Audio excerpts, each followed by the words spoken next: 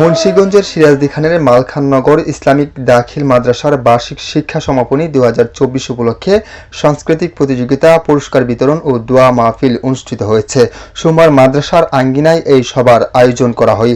Superintendent মাওলানা ABM মহিউদ্দিনের সভাপতিত্বে এবং সহকারী সুপারিনটেন্ডেন্ট মাওলানা মোহাম্মদ রুহুল আমিনের সঞ্চালনায় বক্তব্য রাখেন মাদ্রাসার প্রতিষ্ঠাতা কমিটির সদস্য আনোয়ার হোসেন রাজা, অভিভাবক সদস্য আলী আহমেদ চৌধুরী। এ সময় বক্তারা ছাত্রছাত্রীদের উদ্দেশ্যে বলেন, পড়ালেখার পাশাপাশি খেলাধুলা, সাংস্কৃতিক চর্চা চালিয়ে যেতে হবে, তোমরাই আগামী দিনের ভবিষ্যৎ। অনুষ্ঠানে শিশু শ্রেণী থেকে দশম শ্রেণী পর্যন্ত ছাত্রছাত্রীরা কোরআন তেলাওয়াত, গজল, আজান, কেরাত প্রতিযোগিতায় অংশগ্রহণ করেন।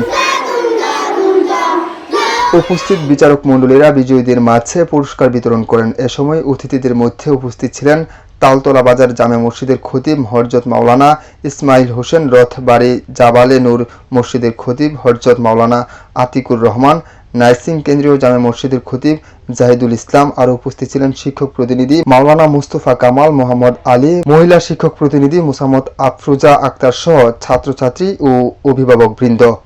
আসিফ বাঁধন, আমার বার্তা, সিরাজদি খান।